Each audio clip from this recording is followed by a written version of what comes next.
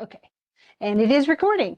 Okay, so we are talking about Beowulf, and now we are into fight number two, the next challenge in Beowulf's life, and it comes right after fight number one, really.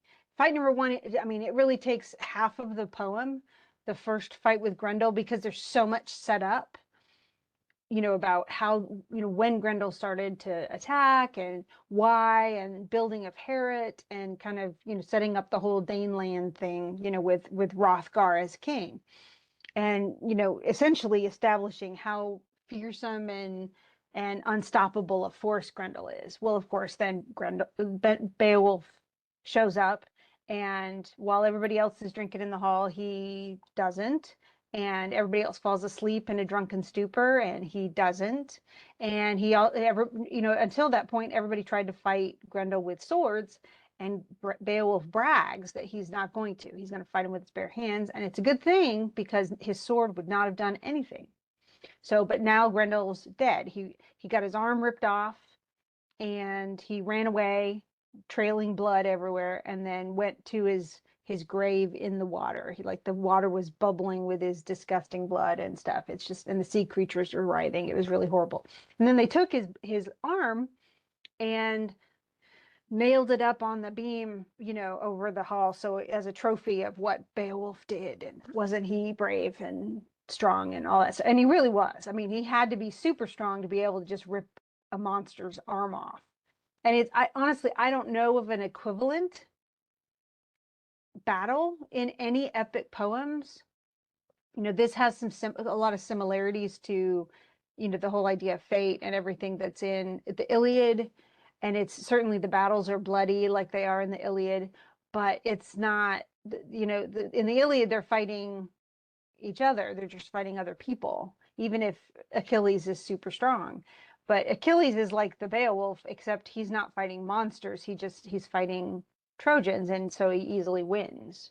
Plus, he's impenetrable, kind of like Grendel, because remember, he's been dipped in the river Styx. So, but in this case, Grendel is impervious to swords, but he still gets his arm ripped off. He's not impervious to strength, and that's what happens. So, but almost immediately, like literally, they just had, and we didn't read this section, but they just had all this situation where Hrothgar's wife came out, and she gave everybody wine, and they toasted to Beowulf, and they talked about how great he was, and then Hrothgar gave him a bunch of treasure, and so yay, end of story. Except it's not. It's not, because Grendel has a mom, and she's called Grendel's dam, and that just means Grendel's mom, Grendel's birth giver. You think about it that way. And it's funny because she's never named. She has no name. She's just Grendel's mom, which is kind of funny. But at the same time, she's only there for one reason. She has not attacked before. She's not there because they're noisy and she doesn't like all the revelry. She's not ticked off the way that Grendel is. And she only, even when she comes in, she attacks one soldier. She kills one guy. So she's not eating 15 in a row the way that Grendel could. She's not just swallowing bones and all these men. She just takes one. So she's not, you wouldn't think she's as formidable a foe, because she's female, and of course this is warrior land where the men are the ones with all the brute strength, and that's what matters. And Beowulf's a hero because he has brute strength. Women don't have that, and so she's, you think, okay, she's weaker, but then we throw in all this other stuff, and that's what the bard is doing here. That's what the poet has done with this poem, and it's kind of interesting. So let's talk about, we're going to go through kind of how she attacks and then what happens after, because it's the fight after that really proves Beowulf is something special. Okay. And each one of these are almost tests to establish how much more of a hero Beowulf is than all the other people. Okay. We already had that issue with Unferth, that warrior under Hrothgar, who said, oh, weren't you the one who raced Brecca and then you lost the swimming contest? And he says, no, actually I won the swimming contest and I killed all these sea serpents, and I still won. And if I hadn't fought them all, then Brecca would have died. And but no, I'm a hero, and I win all my stuff. So now Beowulf is going to have to prove that in actual action. So, and we're going to talk about kind of the weirdness of what happens. Okay, but first, Grendel's mom we didn't even know she existed until here. Okay, so everybody falls asleep. They've all been drinking meat all night and ale and any other alcohol they can find.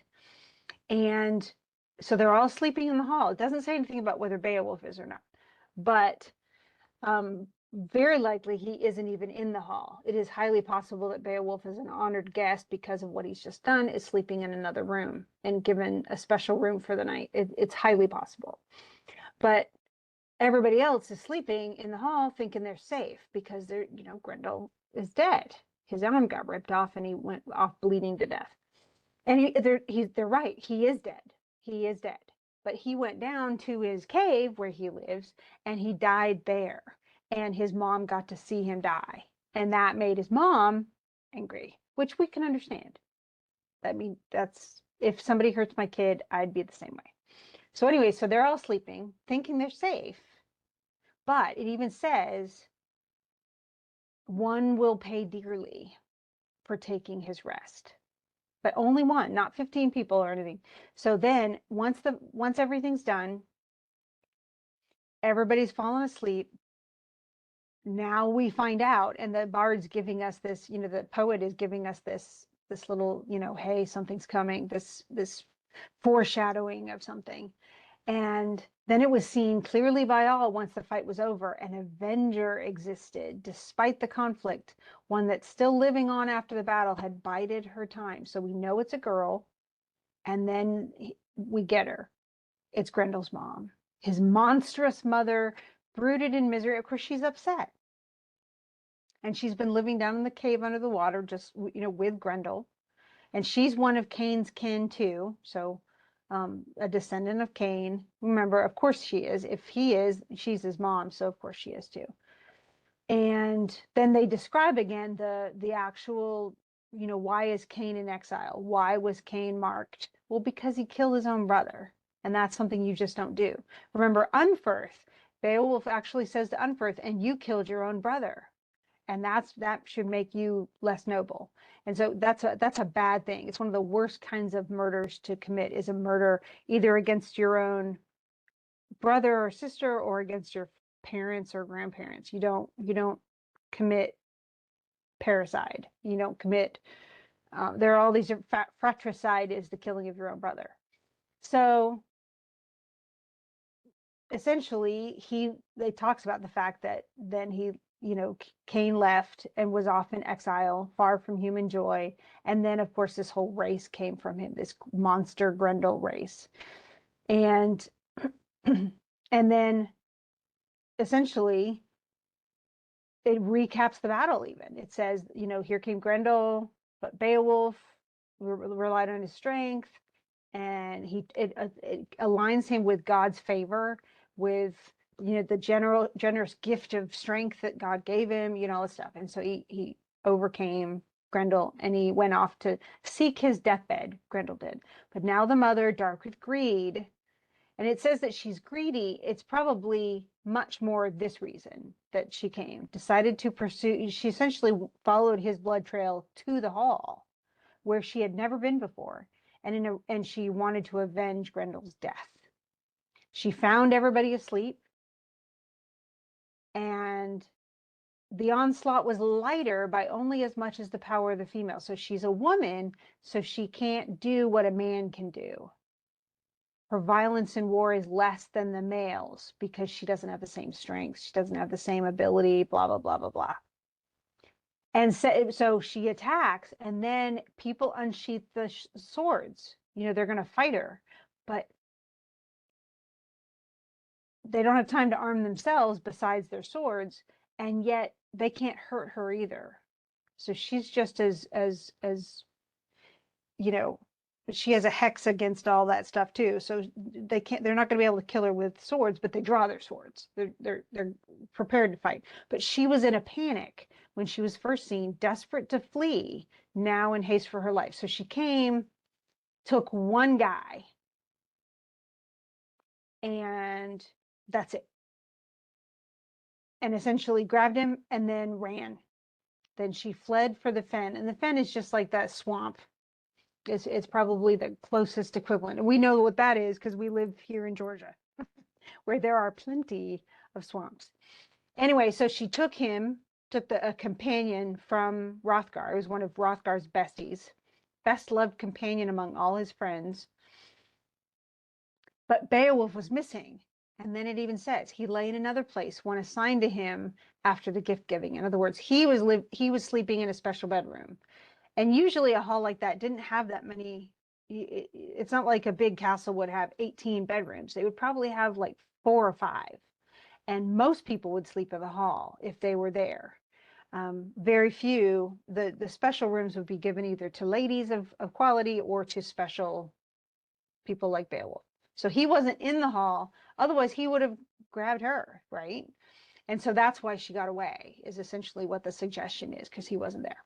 So she snatched the man, the friend of Hrothgar, and then she snatched Grendel's arm and took off. Okay, and so everybody wakes up and went, "Oh my gosh, what the hell just happened?" Literally, they're that flustered and messed up. And Hrothgar finds out about it, and he is deeply troubled because he knew that the man she took away with her is dead. Okay, and so that's it's important, and he's already facing that. So then it's not until dawn, and Beowulf might not have even been aroused. Like he might not have even been woken at this point. But at dawn, Beowulf was quickly brought to the king's chamber. Okay, so this happened in the middle of the night. So hours later, Hrothgar has essentially called for Beowulf, and of course, what do they want? They want Beowulf to fight this other creature. And so he comes in and addresses the Hrothgar, and he said, did you have an okay night? Like, he's not sure why he's even been brought in, which is really fascinating. So Beowulf has no idea that Grendel's dam has come in, taken a soldier, and actually we finally get the name of the soldier in the second section, Asher. And so Asher is his, Hrothgar's bestie is dead. Well, we assume he's dead because she took him. Okay. And they talk about what a nobleman, but then they say, okay, and then Grendel's mom came in and she snatched him, slew him in Heorot, and who knows what lair she ran for, glorying in his carcass, glutted by gorging, all in vengeance for Grendel, essentially. And she took his arm too. First, he kills all these people, and so Hrothgar's just kind of going through. These are big, long speeches and everything, but they match the formality of this epic. So, and even in the Iliad and the Odyssey, there are a lot of places where the speeches last line after line after line. They're really long and grand, but it's part of the poetic. It's epic. It's supposed to be all grand. So. But he says, look, here's already Grendel killed all sorts of people, did this and hurt us for so long, for years. Remember, 12 years he victimized the people of Hrothgar's clan. And so, now it seems that she's going to come and she avenged Grendel. Is she going to come back? That's the question. And the likelihood is she probably would. If she thought that Asher was tasty, it might make her keep coming. And they certainly fear that she will. Okay. And so now what are we going to do? And he says, I'd heard that two of these kind of creatures have been seen.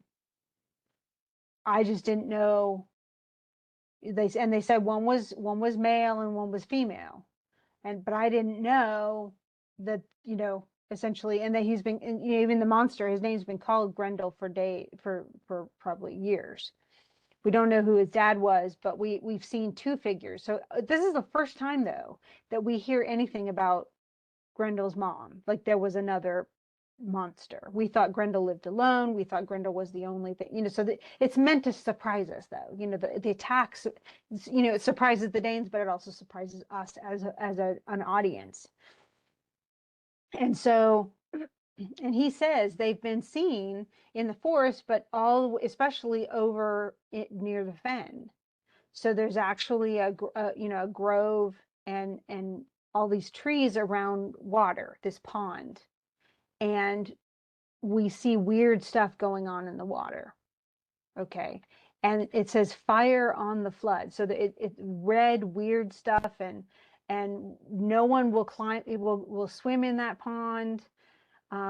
We don't know how deep it is, and it won't, and even animals won't drink at the fen because it's such a foul place. So animals know to avoid it. It's like cursed or something, this little pond is. And so, and we think there are creatures in the water too, like sea creatures, weird beastie things that will eat you and kill you and stuff like that. So it's a horrible place. And he says to Beowulf, seek this place if you dare. He says, you cannot know the dread. So you've never been to this place before, but this is where you're going to find her.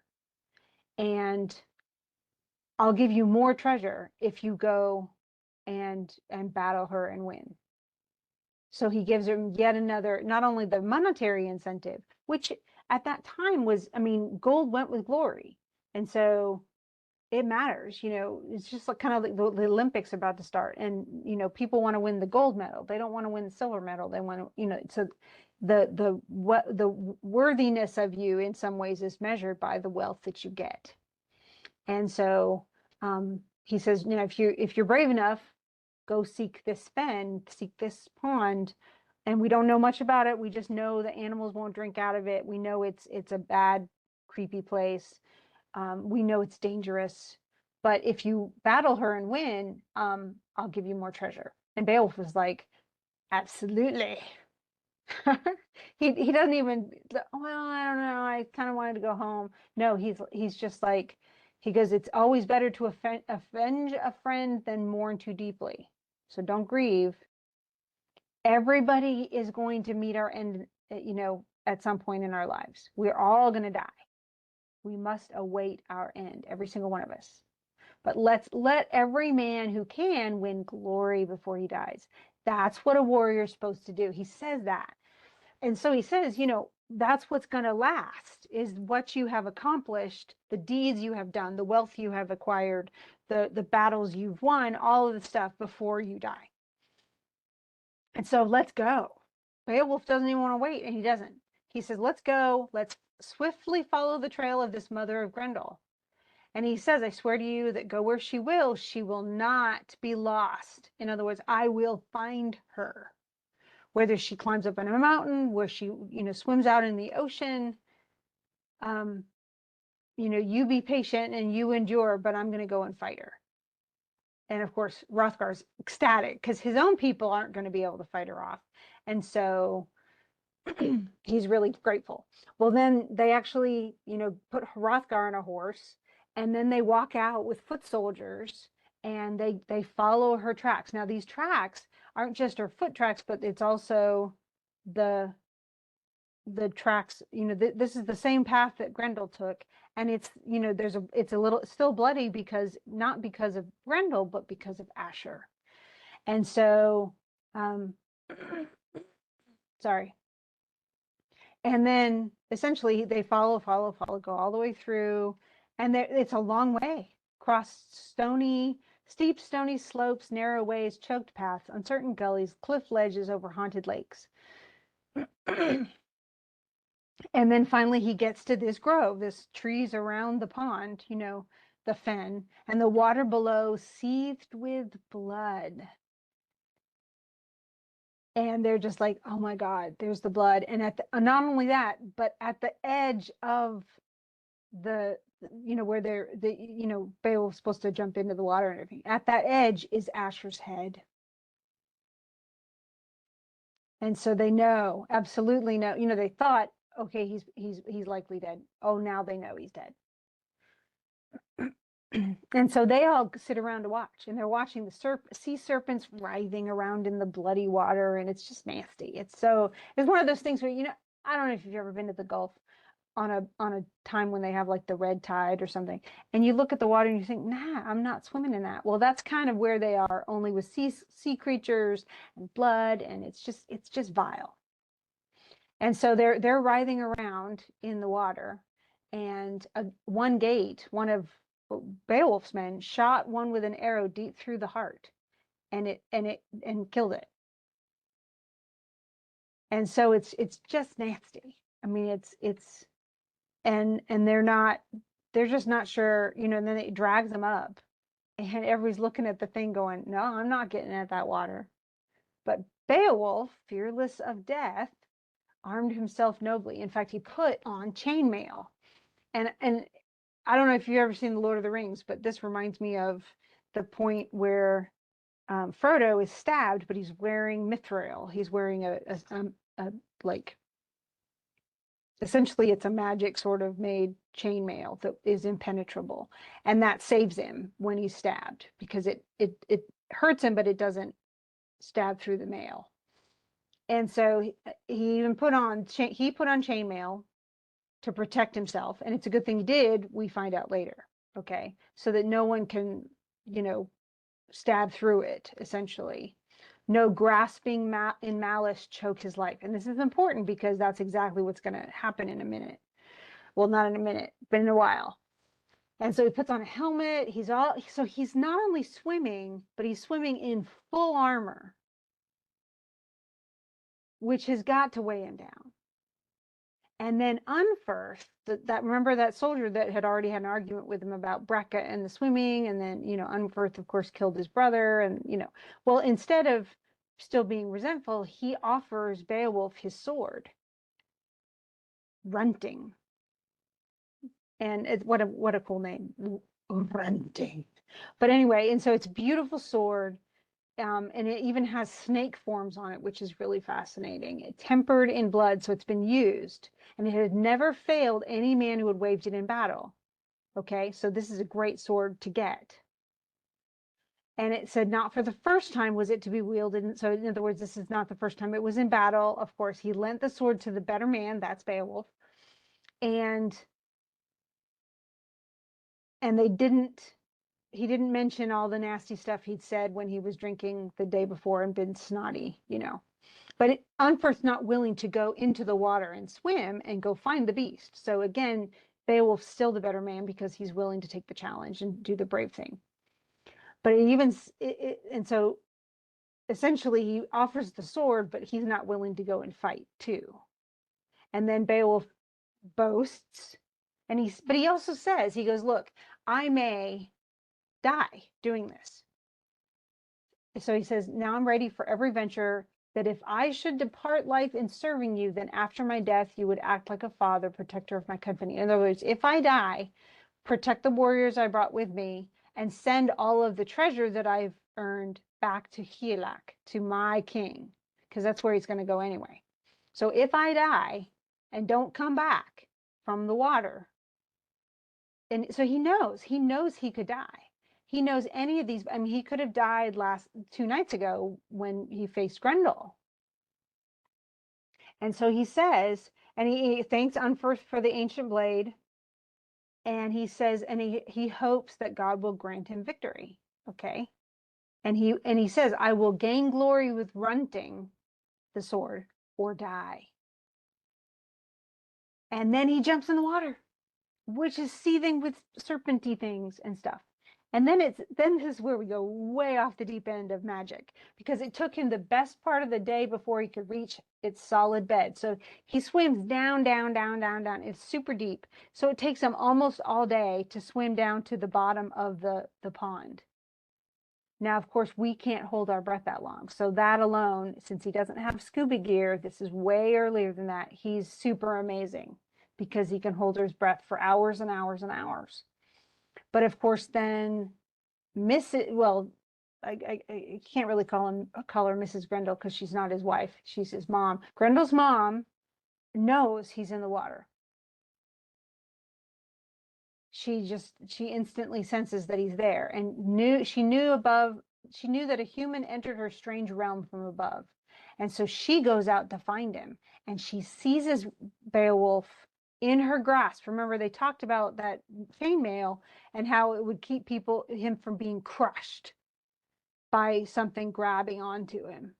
And but then it says, so she seized him, she was going to crush him. Yet in no way could she get at his body. The ring mail held. And she wasn't able, like her claws and stuff couldn't get through. So she couldn't kill him. And so instead of killing him, because she can't, she gets to the bottom of the lake and walks essentially and takes him off to her lair. She grabs Beowulf, who's helpless. He can't stop her from grabbing him.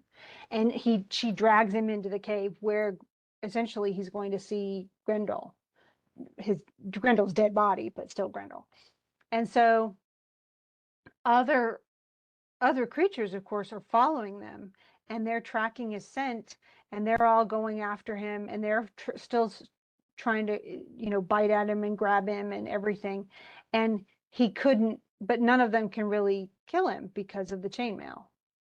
But then finally, she pulls him out of the water, and the roof of the cave stopped the water reaching him.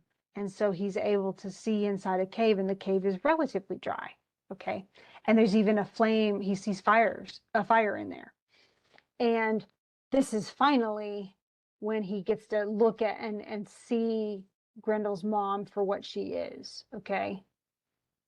So once she lets him, pulls him out of the water, he takes the sword Runting and strikes at her.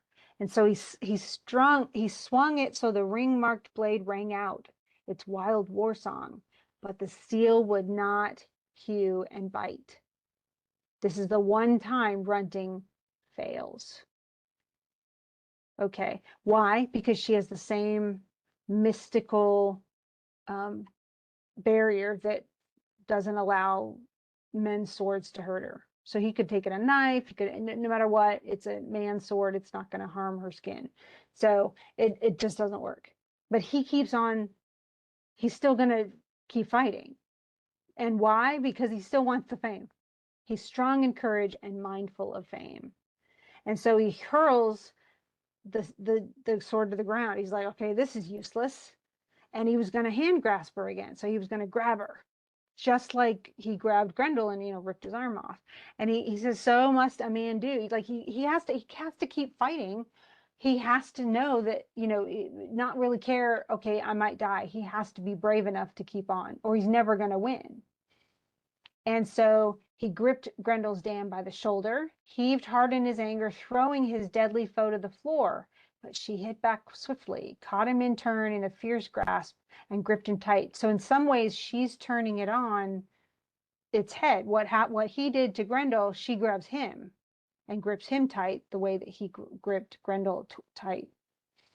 And the strongest of sure-footed heroes, this is bad, daunted, stumbled and took a fall. So he falls down on the ground. She gets on top of him, and she's actually pulling out her own broad, bright blade, and she wants to kill him. But again, the chainmail, saved Beowulf's life. So she couldn't stab him through his chainmail. And it even says he would surely have died down there without that armor. And then, of course, and without God giving him the victory. Whew. So God gave him strength. He gets back up on his feet. And Beowulf, we are essentially being told Beowulf's he's gonna get through this, you guys. I know it's really tense, and she's not just getting her arm ripped off the way that Grendel did. She's a better fighter at it, but Beowulf's gonna win. And he sees on a weapon pile, which for some reason is down there in the cave, he sees a sword, and it's a giant's sword. So, it's from the days of the giants. So it's probably, the suggestion is it was made probably by other magical creatures, whether giants or something else, but it's not a man-made sword, and that's the key. And he says, essentially, it's too big So it's a huge sword, greater than any other man could trust himself to wield in a fight. It's heavy, it's huge, a work of the mighty. But he seized the hilt, drew the sword, and without thought for his life, he strikes at her so that the edge sliced deep into her neck and severed it wholly. So he cuts off her head.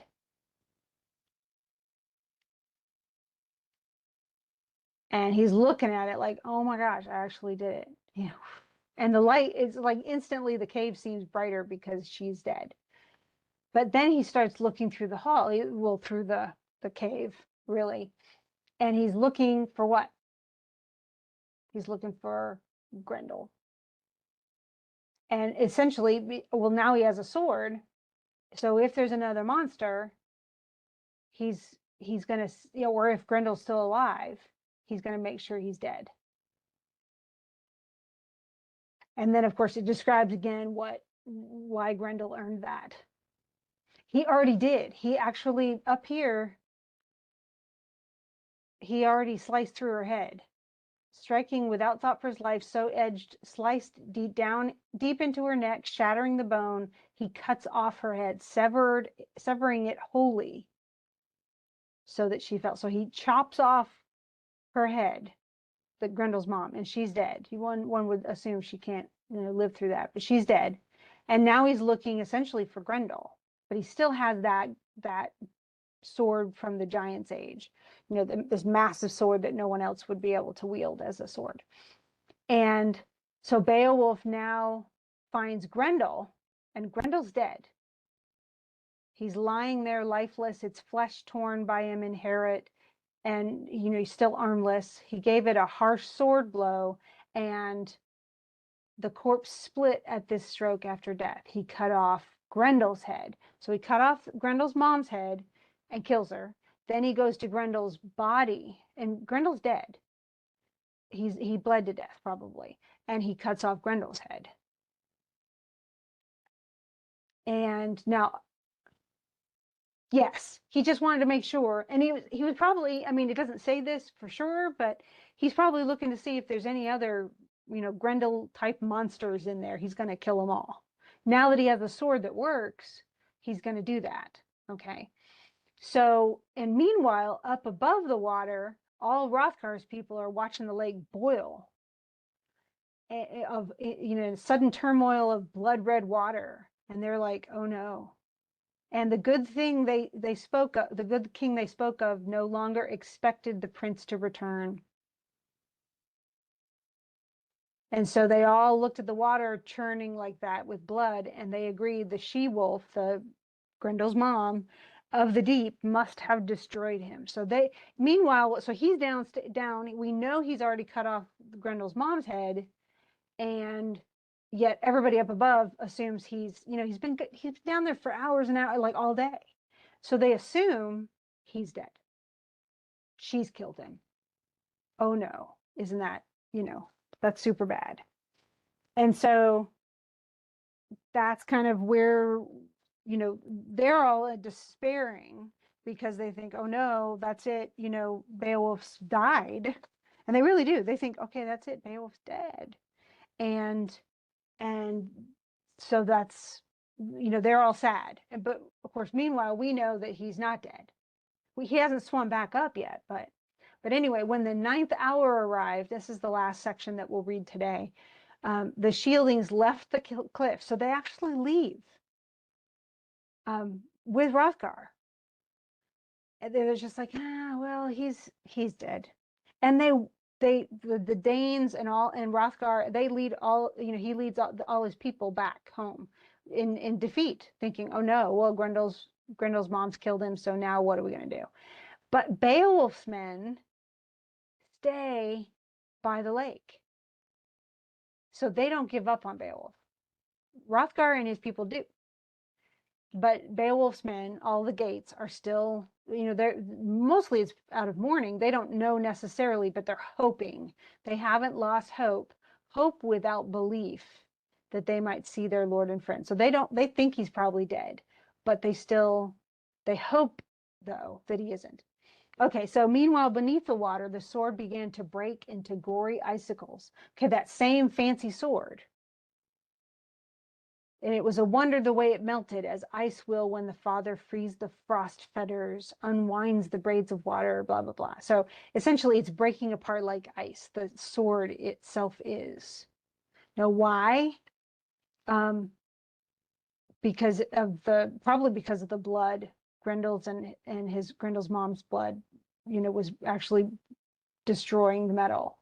But then it even says, though Beowulf saw vast treasure there down in the cave, he brought back no more than the head and his inlaid sword hilt.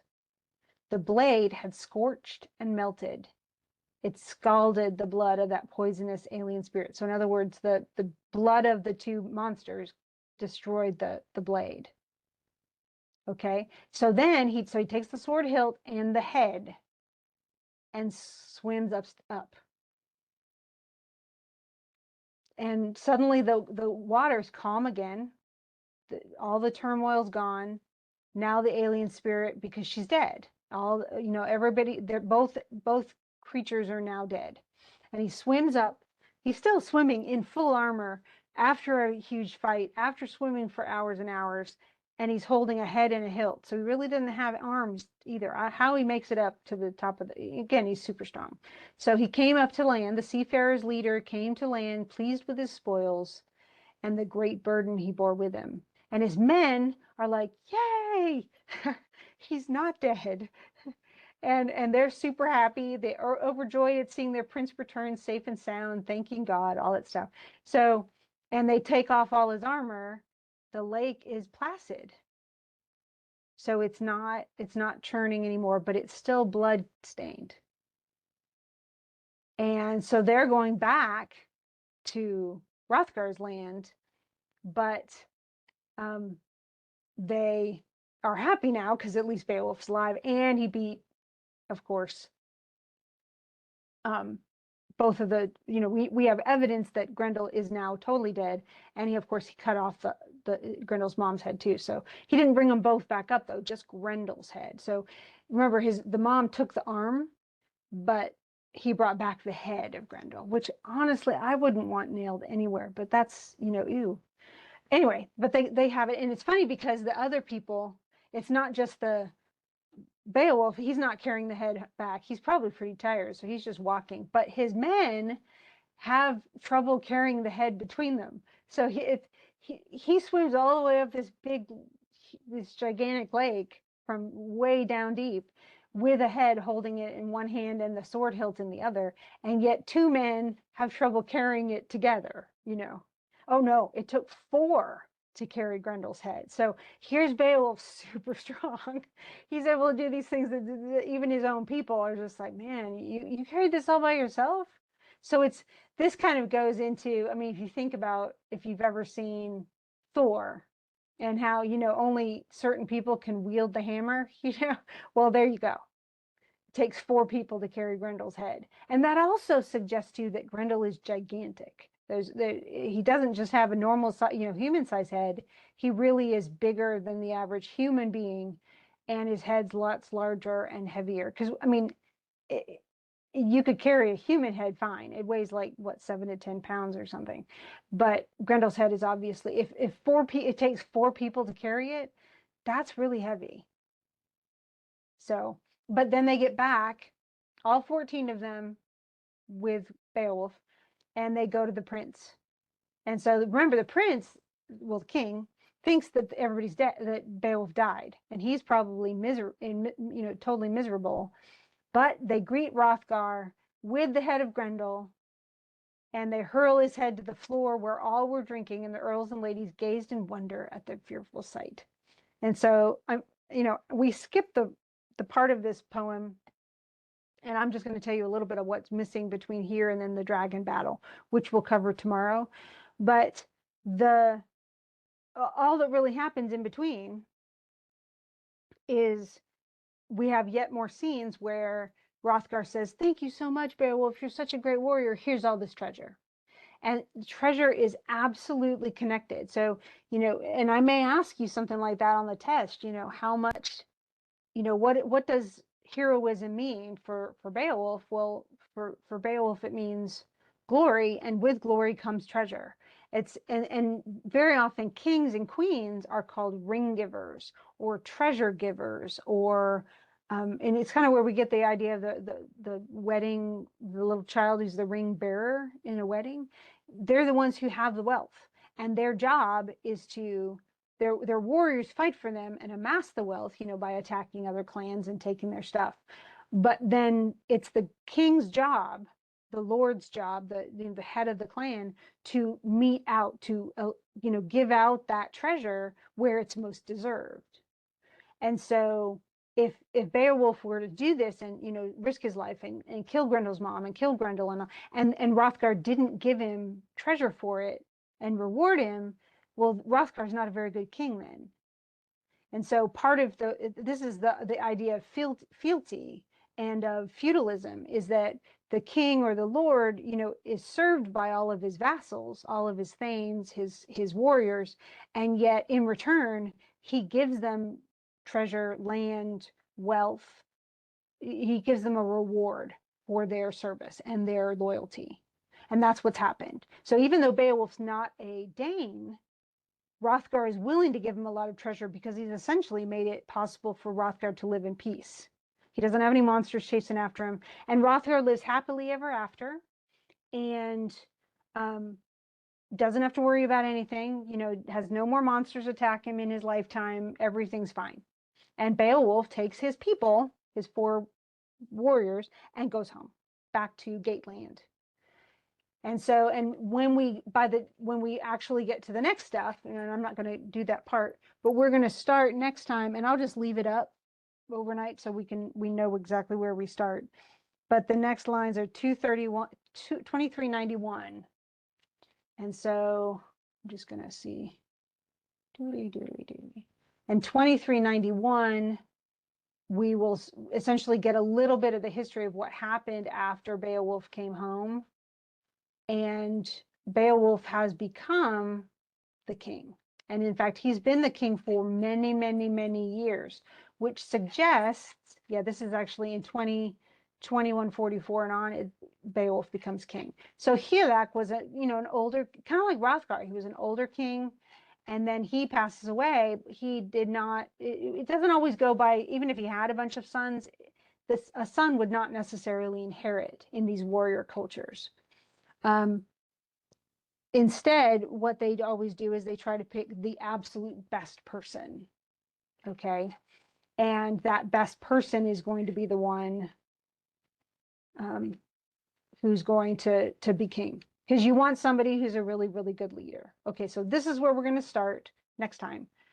Do you have any questions, Iverson? I really like the questions you did ask, because those are very helpful as far as, I just want to make sure that, and at any point, you've been really good to ask when something isn't quite understood, like about Grendel's mom, how she died. I will ask, of course, Grendel died differently than Grendel's mom did, but of course he cut off Grendel's head in the end, but that's not how he died. He died because his arm was ripped off. And so, and this is all very bloody, but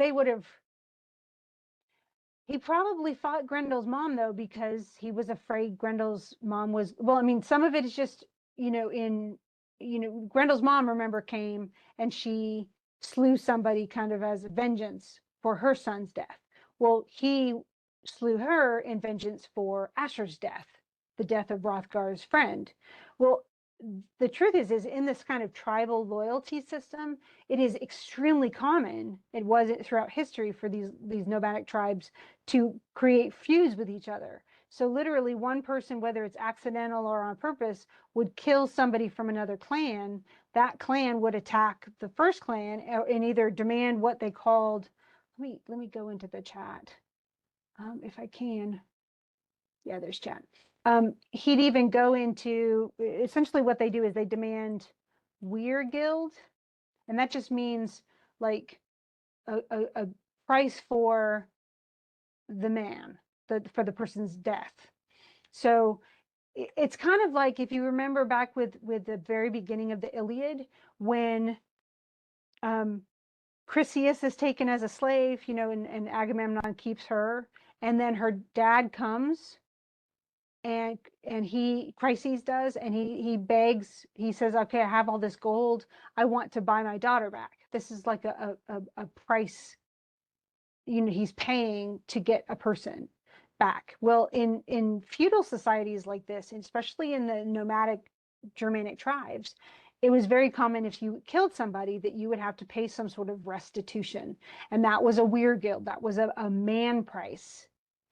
And so what would happen is they'd say, well, you need to pay me 200 gold coins or something like that. And so you'd either pay the price or you'd have to do something else. If you refused to pay restitution, then that's why the feud begins. And even with restitution, people still of that clan might still resent the other clan. And so if you don't pay it, then they feel like they have the obligation to get vengeance. And that means they're going to go and attack your clan and they're going to kill at least one of your people. But then then you're required as a clan to go seek vengeance. And that's why this feud happens. So you're constantly going back and forth killing each other in vengeance for your own people being killed. And so that's had Grendel's mom or had other monsters existed, like had there been a whole group of them down there in the cave underwater, then Grendel's mom's clan would have come back and attacked again and killed somebody or several somebodies, and then it would have escalated. So in some ways, the fact that he had that sword, he was looking for other monsters, but all he found was Grendel, and Grendel was already dead, but he still took his head. But that's why. I mean, so even though the truth is she wanted vengeance, but she didn't take into account the fact that really she didn't deserve vengeance. She had no reason to avenge her son, Grendel, because Grendel had killed a bunch of people.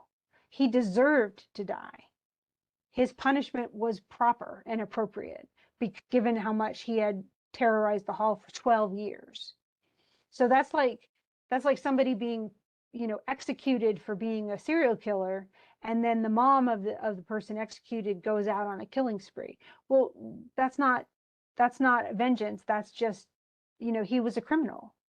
And Grendel, no matter what his reasons for wanting to eat these people, he still killed a lot of people, and he terrorized a whole clan for 12 years.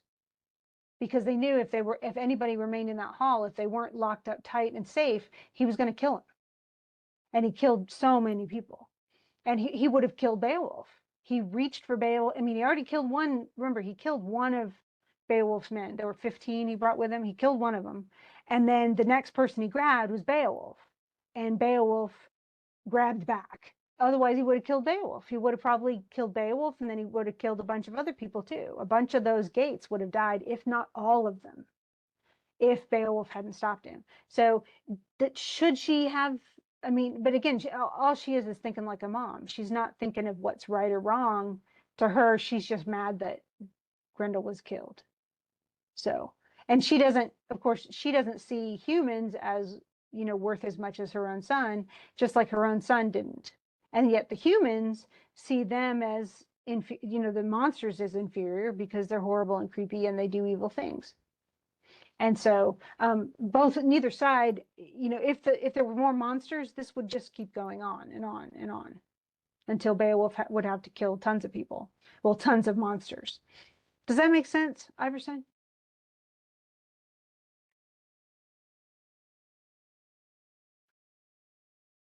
Yes. And this last part that we're going to cover tomorrow is all about the dragon. So this is, and they call him a worm, and it's just, where is the word? Let's see if I can find it.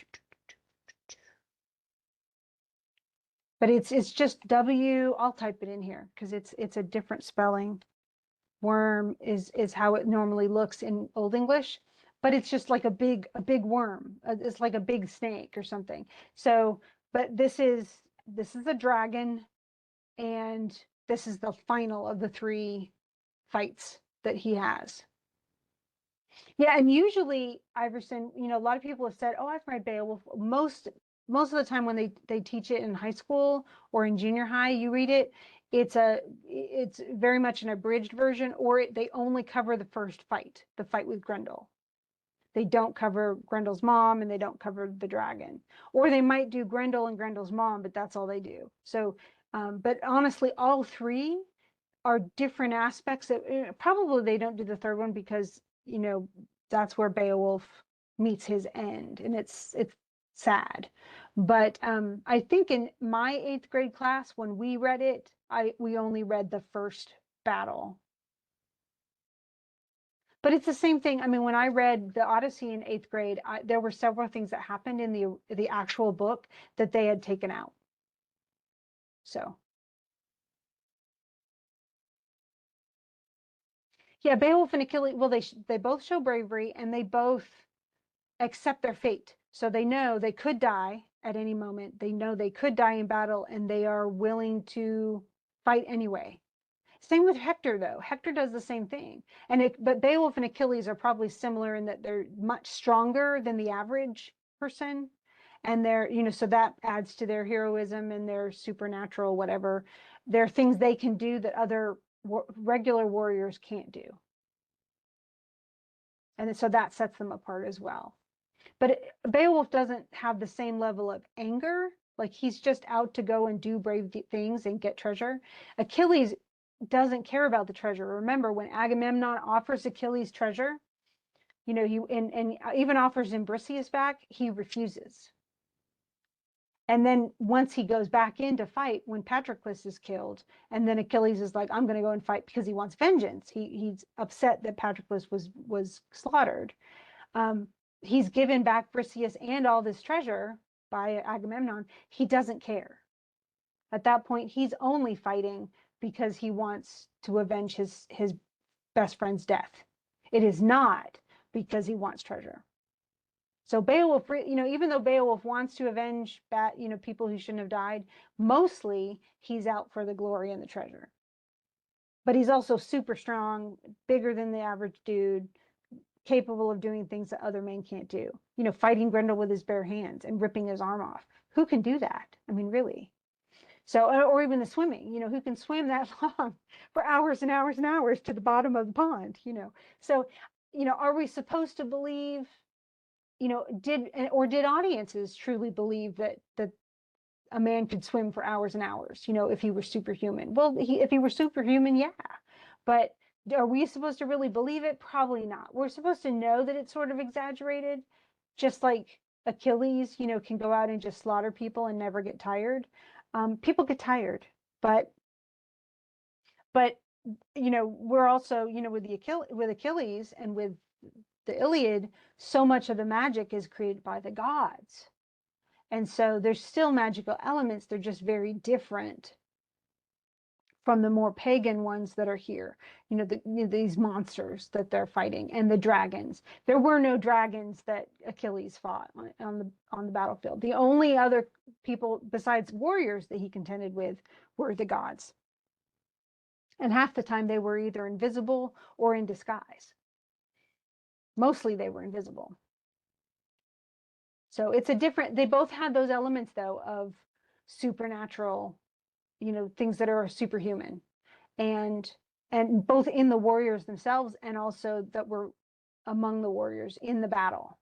And so, there are a lot of similarities between Beowulf and the Iliad, mostly because, so much of it is also about battle. It's fight after fight after fight. There are very few chapters in the Iliad. It's a much longer poem, but the Iliad is only, the Iliad really covers, a lot of battle. There's so much death and so many people die. I don't know that anybody's made an actual death count, but we're talking, I would not be surprised if over 1,000 people died and by name were killed in the Iliad. There are that many warriors. So, but yeah, it's about proving yourself brave, fighting, knowing you could die, being able to take a risk, knowing it could kill you. It's no real risk if, like, Unferth gives his sword to Beowulf to use, and he actually never gets it back. It stays down in the cave. But he wasn't willing to fight Grendel's mom himself. And so Unferth, though kind to offer him a weapon, isn't brave, because Unferth risks nothing except his sword. He doesn't actually go and swim in the water and go and fight. Would the fight have been easier had more people joined Beowulf? Yeah, if they could have swum that far. So, but I mean, even if they're brave for different reasons. Like why they fight is for different reasons. For Achilles, so much of it is bound in anger. The reason he doesn't fight for so long, and then the reason he rejoins the fight, is out of rage. And for Beowulf, he's not really angry. If anything, he's far more calculating. And it's not his own kingdom, remember, that's being attacked. He actually came to help Hrothgar, who wasn't his king. He wanted the glory. And one thing that's interesting, and I like that you picked this stuff out, in the Odyssey, which is a sequel to the Iliad, and it's Odysseus traveling home after the war. It takes him 10 years to get home, but he goes to the underworld. He actually meets with Achilles. And when he meets with Achilles, he says, oh, the things you did, you are so well known. Your name will be, on people's lips forever. You have undying fame. You were such an amazing warrior. And Achilles said, I wish instead I could live longer. And the glory for him it totally didn't matter. And so it's kind of like a gut check. Here's what you think is important. And Beowulf never changes his mind. So even when we get to this last battle, he remains with the idea that winning glory and treasure and everything is a worthwhile reason to die. And so, plus he's an old guy though, too. Remember, Achilles was like, I don't know, 14 or 15 when he joined the war, the Iliad. And so he died before he was 25 years old. That's terrible. And so, and you think about how many soldiers in the real world, who are in armies, who are fighting for their country or whatever, die at a very young age, and how sad that is. Yes, they're dying for a cause, especially if they're on the right side of a war, trying to defend a country or something. And yet dying that young is so tragic. I mean, two-thirds of their life, three-quarters of their life is gone. They never get to live it because of their sacrifice. So it's along those lines but for Beowulf, the sacrifice is worth it. For Achilles, he's not so sure. And in the end, he's not. To avenge Patroclus's death was worth it because he loved Patroclus. He was his bestie. But was it in the end, was the glory of dying in battle worth it? And for Achilles, the answer is no. So it's a bit different. But again, that answer comes in a totally different poem. So any other questions?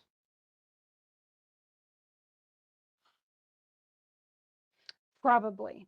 No, Beowulf, well, I mean, already Beowulf had won fame. He'd fought Brecca. He'd already won fame before he ever gets to Hrothgar. And he's a young man.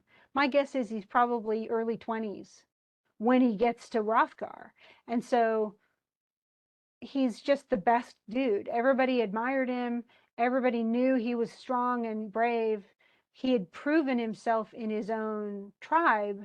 And that's why I said, at that time, it wasn't typical for the Lord, for the chieftain to go, okay, well, my son's going to be the next chieftain when I die.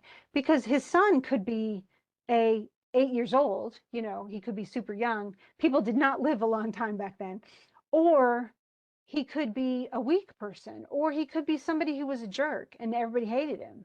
No one's going to be loyal to a king who's a jerk. And so essentially his king, once he went back to Higelac and returned with all that glory and all that fame and wealth, the king already has a soft spot for Beowulf, and everybody else does too. Everybody benefited from this. Nobody's going to come and attack their tribe because Beowulf is the warrior there. And so he's strong. And that strength and the loyalty that he'll have with the other, all of his people is what makes him king. And so he's earned the right to be the king because of his deeds. And most of it was because of the deeds that he did prior to Hrothgar and then at Hrothgar's home, killing Grendel and his mom and doing what other people couldn't do. And so he became king. And then for 50 years, he was king. So he is old. And this, for this time period, I mean, the median age of like that people lived was like 38 or something. I mean, it was very, very young. Most people made it to the, they were old if they made it out of childhood. So if they didn't die in the first 5 years or so, if they made it into adulthood, they'd have a few kids and then they die. I mean, a lot of women died in childbirth. A lot of men died in battle. A lot of people just died of illness. The plague could go through and it could wipe out an entire clan. Everybody could die, or 2/3 of them. It's very when the plague would run through, even in just one section, 100-year span, the plague killed like half the world's population. So anything could, and they didn't have medicine the way that we do now. There's we can't put people on a ventilator, or you can't give them a blood transfusion. You can't do surgery. There's so much that could kill a person, and so they didn't live very long. But here's Beowulf now. He's got to be in his 70s. So he's lived like double the typical life already. He's super old. And now he gets to do his last battle. So any other things? Thank you for coming. It's now been an hour. So if I see you tomorrow, great. And if not, I totally understand.